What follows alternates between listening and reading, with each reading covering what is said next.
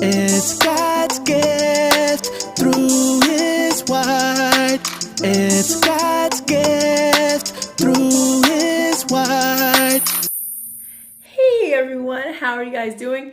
It is T. Drake podcasting Godmother Connection, and you know what I'm back for. I'm back to give you part 2 of the interview with Vice Mayor Vincent Manfredi. So if you saw part 1, awesome. If you missed it, go back and check it out. It is out on YouTube, it's out on Facebook, it's out on Spotify and every podcast platform that you can find. So go check it out and then come back and watch part 2 of the interview with the Vice Mayor Vincent Manfredi. It's going to be good. So stick around.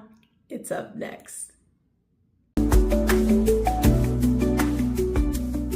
I think sorry, I talk a little too long sometimes. No, that's but great. I give the answers. Well, you know, I'm not one of those people that have the negative. Yeah. I just ask the question. You are the man that answers the question. there you go. So I wanted to ask you too, because you were talking about Costco and things like that, but other box stores like Hobby Lobby, would they not be the same? Like, why would we come? We got one in Casa Grande. Like, what's It's the the same point? concept. It's the Okay. same concept, right? It's where are people going to buy their stuff, right? And they ask you for your number. They ask you for your phone number. Yeah. They ask you for your zip code. Correct. They want to know where you're coming from, Right. right? And as more people are going there, right? They look at it and go, oh, okay, well, right? They're coming here anyway. Right.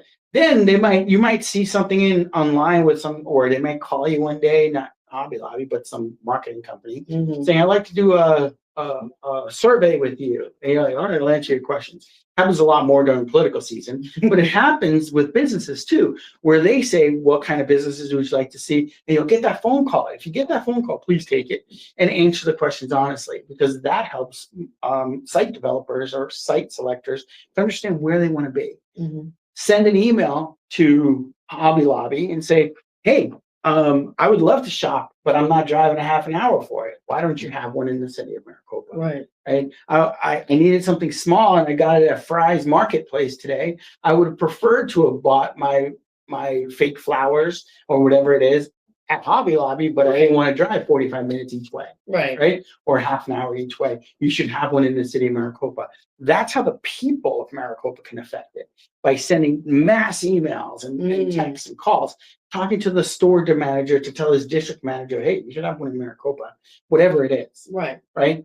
And that's how you get businesses to come here. It's the people That ask for the demand. That's the same thing with the grocery stores. Like if somebody wanted to Trader Joe's or Whole Foods, like here in the Winds, if they want that, they need to be utilizing. Oh, you gotta tell them. Gotta tell them. Yeah. Okay. And we pushed Aldi's a lot, right? And they're here now. Yeah. And it's like these are the choices we have. We have Safeway, Fry's, and Walmart, right? And then we told Sprouts that. And there was a sort of a competition between Sprouts and Trader Joe's for that same piece of property, where they were like talking back and forth with the developer, and Sprouts won out, right? But will Trader Joe's come here? Probably, because they're losing the people that were driving to Trader Joe's to Sprouts. Yeah, and they're pretty far. Yeah, if you try to find one, they're not. So that will close. they come eventually? Yeah, right. Will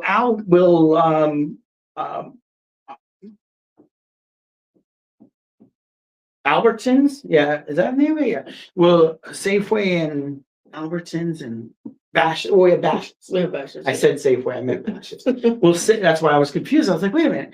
Safeway come here? Probably one day. Why wouldn't they? Safeway and Albertsons. Yeah. So will they come? Probably. But there's a company called Fry's, Kroger, who said, before they come, we'll open my other store. Yeah. Yeah. So Fry's opened another store. Okay. And they're opening on Cascagrande Highway in White Parker. That's the plan there. So Fry's is going to come over here before Safeway can get in there, or before Albertsons, or before Whole Foods. They're like, we got to lock down our people. Right.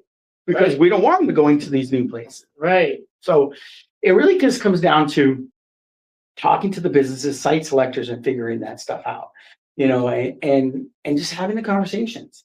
And it doesn't hurt to get the elected officials involved, right? Right. Because when we're talking to people, we hold a little bit more. We're like, oh, really? And we can talk to them and say, look, we're open for business in the city of Maricopa. Come down and talk to us. Right. We know every piece of land that's for sale in the city of Maricopa. We can get you with our economic development team. We can place everybody together, get you with the landowners.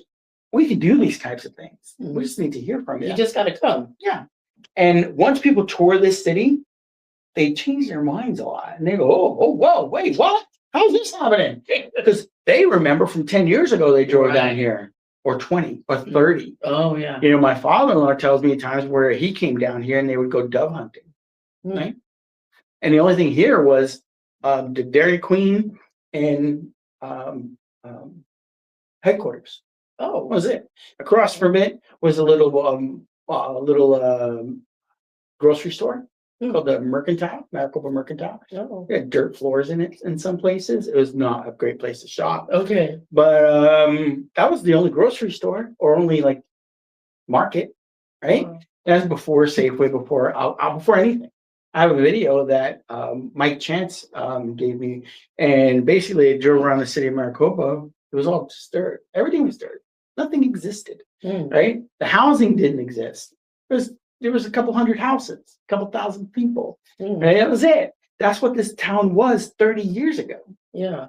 Talking 30 years. That's a long. So if you're 60 and you haven't been here in 30 years, you remember driving down here and going dove hunting. There was nothing here. Why the heck would I build a grocery store? There's nobody living there. And in people's brains, they just don't, they still think of us as that. Yeah, there's nothing out there. When we have 80,000 people. Right. Just within city limits. Outside the city, we have another 20, 30,000 people, growing to another 100, 120,000 people. Wow. We're going to have 200,000 people in this small area. If you run a business, a retail business or service industry or anything, and you're not looking at the city of Maricopa for your next expansion, you're crazy. You're crazy. This is the future. Yeah. You can open up another branch or another store or another location in Tempe. Okay. Well, what did you do? Right? You made a little extra money, maybe? I don't know. But you open here, you open up a whole brand new branch of business. Yeah. Right? And that's what the job as citizens and elected officials is we talk to those people and explain that to them. Right? We have people that live in the city of Maricopa with high educations, make great money, but they have to drive 45 minutes to an hour and a half each way every day. Right. Every day. And they hate it. Yeah. If you gave people back 2 to 3 hours of their day by opening a business here for them, they take less money. They do 100%. They go, oh, I make 180,000 up there. I'll take 70 here. That's 2 hours each way. The gas alone. Wait, I can go home and have lunch. Yeah. Right. Yeah. I mean, I can go to my daughter's softball game. Huh. So I might be able to make it there at 5 o'clock. Yeah. 5:30. Because if you work up north and you get off at 5, you're not making it down here for 5:30. No, you're not. Maybe not 6. Maybe not 6:30. Right. So if your kid's in a play after school and it starts at 5:30, 6 o'clock, but you work here, quality of life. Right. So people will work hard, work for almost less money, for a better quality of life. And that's what a company that moves here can do. Whether it's manufacturing or call center, whatever it is. If you are hiring people and you want a good, qualified, educated, hardworking workforce that's going to appreciate you as a business, City of Maricopa is the place to come. Yeah. Open Your business here and you'll see that. And if you see businesses that open here and you talk to them, they're like, yeah, we have good employees. And they're 90% of them are from Maricopa. Yeah. And you're like, exactly. You know, and that's what you see. You know, I had a guy, he worked at Intel, right? And he wasn't like a $200,000 a year, what do those called, engineer. Okay. He's a maintenance guy, right? I say just maintenance. He's making good money up there. Okay. Right? Very good money. But he's a maintenance guy. He takes care of the machinery and stuff. He has a job at one of the new retail stores in the city of Maricopa. He makes a little less money. He's happier. He's happier because he gets to do the things he couldn't do because he was spending 45 minutes a day on the 347 each way. Yeah. So this is a great place. You know, I love the city of Maricopa. I just love it. That's why I live here. That's why I'm never moving out of here. You know, I love it. And are there Are there blemishes? Sure. There's blemishes everywhere. Are there problems? Sure. I own a media company here in the city of Maricopa. I own in Maricopa. We're here at this place, right? Yeah. I own this place, and it tells stories. And it tells stories that are news, factual stories. It tells community interest stories. The news stories are, there was a shoplifter, a fraud. Now everybody says, oh my God, shoplifting is crazy. Right? Like, oh my God, it's crazy. There's so much shoplifting because there was 4 stories about shoplifting in the last week. Okay. If you go to Tempe, there are no stories about shoplifting. You know why? Why? Because you'd be writing one every minute. It's too many. You go to Phoenix, there's no stories about shoplifting in the media because you'd have to sit at Fry's or Walmart all day with a reporter going, another one, another one, another one. I mean, they're always happening. It's always happening. So it's not news. Right? There's murders in Phoenix and they write those stories. Yeah. We don't get those stories here. Once in a while, right? You get something, and usually that's domestic, right? But you get that story about somebody killing someone or something like that. Yeah. Not murder, but violent crimes, usually domestics here. Yeah. Right? There's not a lot of people walking down John Wayne Parkway just punching people. Right. Go to Phoenix every dang day. Yeah.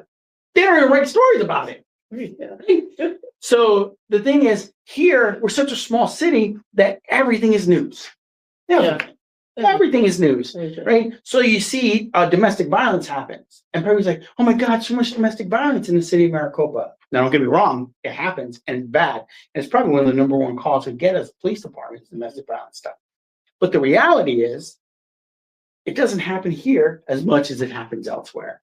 Just here, it's news. Yeah. Sorry. So people get that negative connotation, and they're like, "Oh my God, there's so much crime in Maricopa." Come on, it's not. There's not. Crime per capita in the city of Maricopa is very low. Very low. Just you hear about every single crime. Yeah. Right? Where in Tempe, Phoenix, and Chandler, and Gilbert, you don't hear about any of it. Yeah. And here's a test for everybody. Download on your phone the Citizen app. Okay. Citizen app is pretty cool. It listens to the fire department and police department scanners.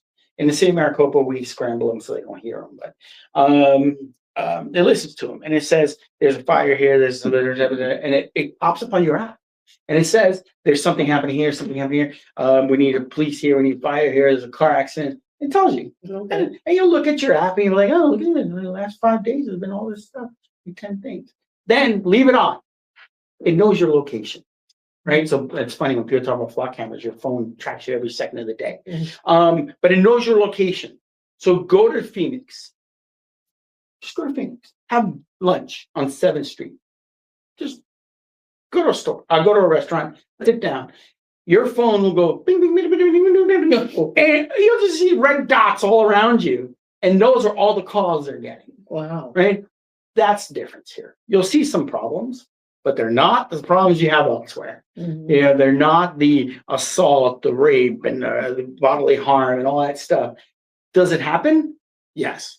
Is it at the same per capita as it is in other places? No. We're a very low crime rate city.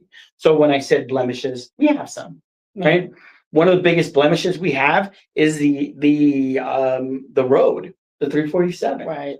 And that's getting fixed. So as we smooth out some of the issues, the city becomes more and more of a destination for business, for people, and so on, which leads us into the next question you probably have, which is people. Growth. Growth. We are growing, though. Maricopa is continually growing. Oh, yeah. And will it stop? No. You know why? It's a great place to live. Yeah, it is. You know, I moved here in 2010. Couple of reasons. We had a friend that lived here, and we came to a couple of events here. It was the 4th of July Salsa Festival. We came down to a couple of events. You know, sometime around July, it was 4th of July, where we came down and we were looking for a house. We were looking in Tempe, looking in Phoenix, and we came down, and I said no, right, to my wife, my girlfriend at the time. I was like, no, I don't want to live down here. I think it smells. And there was more than 1 million more cows back then. Okay. Right. Back in 2009, there's a lot of cows here. You know, not as many now. But it smelled all the time. It was like a haze in the air. And she goes, yeah, but our friend lives here and her parents live here. It's a cool place. We like the events, and the events were pretty cool. They remind me of where I grew up in New Jersey. It's like people and things, fireworks and TV and the movies in the park. We had a game in 2009, the inflatable thing, and it was fun. This is fun.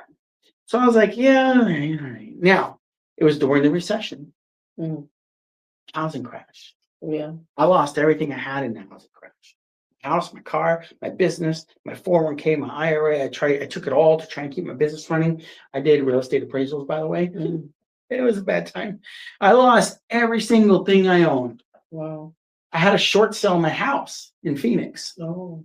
I was broke, destitute. I had no car. Oh, wow. I bought a 1991 Ford Bronco, which I wish I would have kept. I bought it for $1,200. I sold it for $1,400 5 years later. I wish I would have kept it because now those are selling for $20,000, $30,000. Wow. Is a resurgence of Ford Broncos. But anyway, I had nothing. We're looking at houses up in the valley and they're 150, 170. It's pretty cheap, right? So we're down here. It's July. We went to the 4th of July event. I was like, it was nice, yeah. And I said, no, come on. And then I was like, all right. I told the realtor we're using, I was like, what about this Maricopa? He goes, it is. We're looking at Maricopa County. I go, no, it's it. It's called Maricopa down 347. There's nothing on either side of the road. It's like takes like an hour and a half to get there. I didn't know that. It was only taking like 20 minutes. Traffic wasn't that bad. Yeah. But it felt like an hour and a half, right? Because the car didn't have air conditioning. Oh, yeah. I'm serious. I had nothing. So anyway, he goes, all right, I'll look. And he sent me some MLS stuff. And I was like, look, man, I don't want to rent. I'm talking about buying. He goes, no, that would be your mortgage payment. Look at the first page, and that's the price. And I'm like, come on. He goes, no, it's the price. And I'm like, all right then. So we come down here. We looked at a few houses.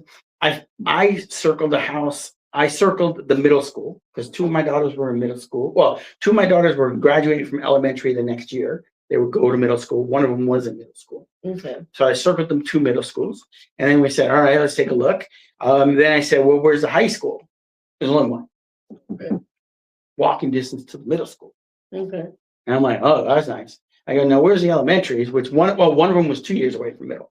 And I was like, where's the elementary? And it was right there. And I said, oh, look at that. House here. And he was like, all right, let me look. Maricopa Meadows.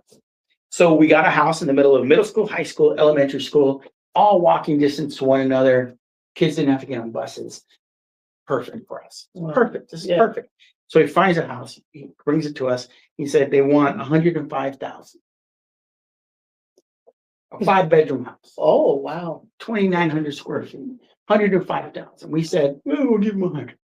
And they said they didn't take the 100. They said 102.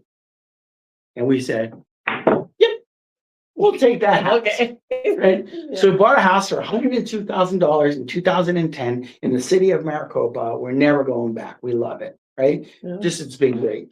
Houses have, of course, gone up a lot in price. Of course. $350 or so is the median housing price in the city of Maricopa now. $349, whatever it is. So $350,000. A bargain in today's market. Sure. When you look at Tempe and you look at Chandler and you look at Gilbert. So we have a good community, low crime, good people, excellent parks, right? I mean, Copper Sky, Pecana Park, the Lakeview Park for Little League, good Little League system. We have good schools, right? We have some A+ schools, B schools. Our schools have really done well over the last 5-10 years in terms of increasing their ability to educate our kids. More teachers, expanding schools, new schools being built, where in Tempe they're closing schools and selling off the land. Here we're buying land. Well, but the school district is buying land and building new schools. Yeah. Right? Good place to live. Yeah. People are coming. Right? And prices will keep going up on those houses. Yeah, right? Because people are coming here and they see what we saw back then. So they're not getting a house for $100,000, but $350 is like $100,000 10 years ago. Yeah. Right. When you look at housing, yes. You look at it, you're like, whoa, $350. Let me go look at this. You look at the house, you're like, that's a bargain. Yeah. I'll take it. Yeah. Problem is, some of them don't do things like research. Mm. They come down on a Saturday to buy the house, make an offer. Then they come down on Wednesday afternoon, 5 o'clock. And they're like, all right, work's over. I'm going to go. I got my keys from the title agency. I'm going to go check out the house now. Yeah, honey, let's get in the car. And they get in the car and they start driving down 347 at 5 o'clock. And they're like, what is this? Yeah. And you're going 2 miles an hour. And they're like, that's the person on social media going, I hate this place and the traffic. Like, you just moved here. And they hate the traffic, right? They didn't do their research, right? If you work 9 to 5, this is probably not a great place to work. If you if you work up in the valley, Right. Probably a bad place, right? If you work 6 to 3, probably better. If you work from home, no problem. This is heaven. This is heaven. You work from home, right? So I didn't do my research. I did a research on schools. Didn't do research on the 347. Okay. I used to work on the Broadway curve. Oh. Yeah, my wife and I worked on Broadway curve. Different times, different cars. Yeah, that's why I had to ride a motorcycle, because I figured that was quicker and cheaper. Yeah. Right? I was able to ride a motorcycle up there much better. I bought a motorcycle for $1,500, piece of crap. And I rode that for 3 years on the 347. Yeah. Put my life at risk. Oh. So I didn't do that research. I also didn't research a stupid thing called the railroad tracks. Oh. Straight to the city of Maricopa. Yeah. There was no overpass. So I was in my Ford Bronco. What is this? And there's a train just stopped there. I was like, what is this? The first week I lived here. Wait, 20 minutes go by. Okay, I can leave. 20 minutes! 20 minutes! Stuck. That's how I used to be here. The Amtrak would stop in the middle. Wow. Every 2 days. Each way, back and forth. Right? And it would stop because the ticket booth and the Amtrak would just block the road. Oh, wow. Yeah, you know where the blue barn is? Yeah. That used to be at 347. Gentleman Parkway. Right there. Okay. You just sat in front of that blue barn like this. 10, 20, 30 minutes as they unloaded Amtrak. And then it'll go boop, boop, and it'll drive away. So a year in living here, I was texting this guy, about 2 years into living here. I was texting this guy, and he was the mayor at the time. And I was sitting at the train, and I was like, dude, this is the stupidest guy. Fix this damn thing. I might have cursed more at that point. Okay. And I was like, I'm late for work, blah, blah, blah, blah, blah, blah. And he's like, dude, I'm 2 cars ahead of you. I'm like, you son of You're right there. He was 2 cars ahead of me. We got out and talked for a little while. He goes, if you want to fix this, why don't you run for city council? And why don't you work with us to get the overpass done? And I said, no, you're crazy. I ain't doing that. My wife said, no, you ain't doing that. 2014, I decided to run for city council. 2013, really. I ran for city council in 2013. I won in 2013. 14, I was sworn in, and I've been on council since. And we got an overpass done. Yeah. Because that was my main reason for running. Get this overpass done. Yeah. His name was Christian Price. Oh, yeah. Right? He was our mayor for many years, 10 years. He moved out of the house, right? He moved into an actual house where he could fit his kids. He was in a little 2-3 bedroom house next door to me. And he bought it as a starter house when he had his 1 kid. No. And then the market crashed. So he was stuck there. But with the market going up, he was able to move into a bigger house. And he finally has all the rooms for his kids. Yeah. But we lived next door to one another for 10 years. Wow. Yeah, he just moved out in 2024, 25, something like that. So he moved to his new house. But we were very good friends. We're still good friends. But we were stand outside, talk to one another, talk about what's happening, why would things, blah, blah, blah, blah. And like people get mad at me because they're like, I hate the 347. I hate this. I want this to come to Maricopa. I hate this. Blah, blah, blah. What do I say? Do you know what I say? What do you say? I say, why don't you run for council and fix it? Same thing he told me. Difference is, I didn't get mad when he told me. I said, all right, I'm going to do it. Other people get mad. That you gave him that offer? Why don't you run for council? Yeah. And they're like, how dare you? It's your job. And like, How dare understood, but I'm not doing my job as well as you want me to. Run for council, knock me out if you want, that's fine. If your ideas are better, win. When you become a council member, I'll hold you to fix all that stuff. That makes sense? Yeah, makes sense. Yeah. Some people take you up on it. Tina Dugan, I told her, she's running. Yes, she is. Adam, I told him, he's running. James, I said, you should run for city council. He's running. Anne-Marie Norman, she was on school board. And I placed her on city council, right? Because when, what's her name left? Rich left. We placed her on city council and then said, why don't you run for city council? She ran again and she won. You know, it's people who have an idea. They think things should be the way they should be or what they believe. Run for council. Fix it. Yeah. Christian ran for council because he was just upset with some of the stuff in the city. And he loved Tony, the mayor before, but Tony was going to the supervisor job, right? Or running for supervisor, Tony Smith at Pinal County. There was an open seat and he ran for mayor. He didn't want to be mayor. He just wanted to fix some stuff. Yeah. I don't want to be a council member. I just want to fix some stuff. And that's the true reason to run. Some people run because they want to be called a council member. They want to be called the mayor. They want to be called a congressman or whatever, right? They run for office for those things. Some people run because they just want to fix a few things. So people tell me all the time, well, what are you running for next? Nothing. When Christian left, I was the vice mayor. He left to go take a real job, making real money, instead of 20 grand a year, right? And I was a vice mayor. I became the mayor for 4 months or 3 months, whatever it was. And everybody said, oh, he's going to be the next mayor. They're going to give him the mayor. When he left, the day he resigned, I wrote an article or an op-ed saying, I do not want to be mayor. I don't want the job. Let's find somebody that wants it. I don't want it. I could have been the mayor. Didn't want it. Chose not to have it. When Tony Smith was leaving Pinal County as a supervisor, right? He wasn't running again. I was asked to run. I didn't know, thank you. When 2 years ago, when Rich was decided to run, he was pushing me to run. And I was like, I ain't running, man. He goes, well, I'm going to have to run then. And I was like, well, you're going to have to because we need somebody from the city of Maricopa. So we got together and we had a conversation. Who has the best ability to do that job? We took Rich and we said, you do it, man. Let's do it. He resigned from council. He ran. He won. And he helped us in the city. I don't want that job. I don't want to be a supervisor. When my best friend, Brett Roberts, resigned from the legislature, right? The other legislators were calling me saying, hey, let's get you in. And I was like, no, I know somebody. Teresa Martinez will do a good job. I don't want the job, but I was being offered a job, right? This is what I do. I love being here in the city. That's why I bought a business in the city. Right? Where I went into huge amounts of debt and make less money today than I used to make working on the Broadway curve because I want to be here in the city of Maricopa all the time.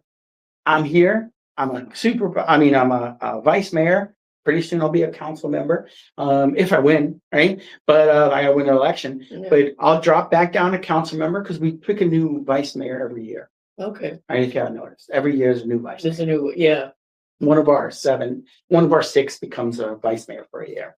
I've done it a few times. Amber's done it a few times. Henry's done it a few times. But I'll be a council member again, and I will be happy. I'll be happy as a vice mayor and a council. I never want anything else.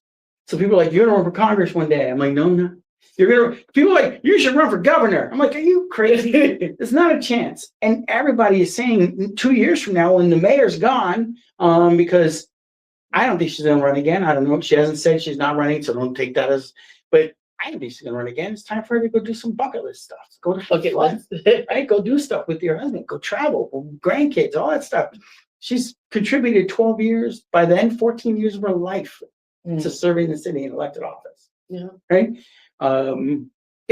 They're like 2 years from now, whether you win a council or lose council, you're going to be running for mayor. I'm like, no. It's never going to happen. There'll never be a chance where I run for mayor because I don't want that job. I want the job I have today. That's it. Oh, I like that. Okay, well, I'm going to ask you a couple of questions back to council. I'll be quick. No, you won't. Sorry. No, okay. I can't.